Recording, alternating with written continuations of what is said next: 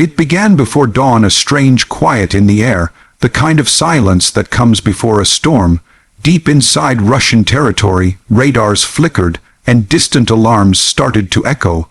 Few realized it at the time, but the moment had arrived the day Russia would fall silent. Hello everyone, welcome back to the Frontline Report. Please like, subscribe, and stay tuned as we unfold the story of Ukraine's ultimate counterattack, the operation that changed the rhythm of this war forever. As night draped over the battlefield, hundreds of Ukrainian drones took to the sky, flying low under radar detection. Their engines whispered through the cold wind, carrying the weight of vengeance, precision, and courage. This was no ordinary strike, it was a coordinated counteroffensive that reached deep into Russian lines, destroying communication hubs, supply depots, and command centers all at once. The exterior of this operation was breathtaking. From satellite views, you could see wave after wave of glowing drones moving in formation, a modern swarm of steel and software, moving with machine-like precision. It was a display of intelligence and innovation, as if Ukraine had rewritten the rules of 21st century warfare. The night sky lit up with brilliant flashes as one by one, Russian fuel depots erupted in pillars of flame.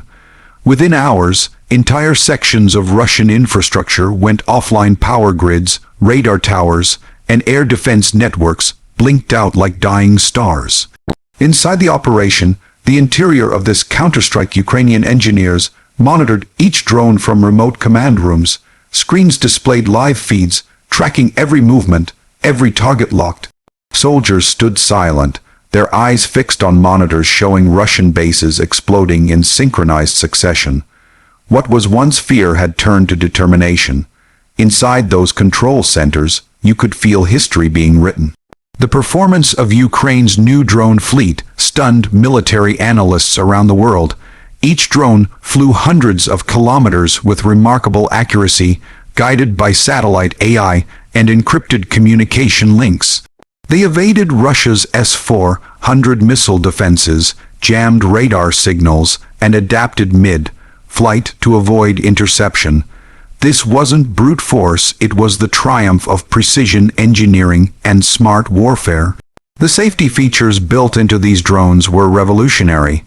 They used stealth materials to reduce visibility, emergency self-destruct systems to prevent capture, and signal cloaking that fooled Russian tracking systems. If a drone failed, it erased its own data midair. This meant Russia could not learn from their wreckage. Ukraine had not just built drones, it had built ghosts of war. The unique selling point of this operation lay not only in technology, but in timing. Ukraine's strike came just as Russia regrouped for a new offensive. The counterattack dismantled those plans overnight, cutting supply chains and crippling logistics. Fuel reserves burned for hours, air bases were rendered useless.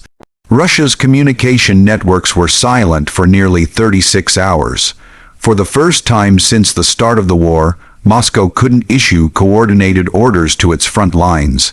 Soldiers on the ground were left in chaos, commanders without signals, tanks without fuel, aircraft without coordinates. The price of this operation was not measured in dollars, but in determination.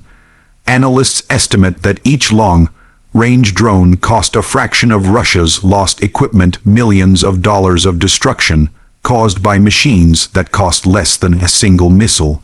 Ukraine had mastered the art of asymmetric warfare, proving that innovation could overpower scale. The conclusion was as clear as it was historic. The world watched in silence as Russia's once mighty defenses crumbled overnight. The Kremlin denied the extent of the damage, but satellite footage told the truth: vast fields of burning metal, twisted airframes, and blackened airstrips stretching across the horizon. Ukraine had done what few thought possible.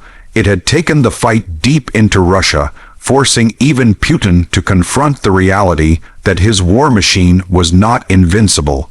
In Kiev, celebrations were muted. Soldiers didn't cheer, they simply reloaded, repaired, and prepared. This wasn't the end, but the beginning of a new phase where Ukraine no longer fought to survive but to dominate.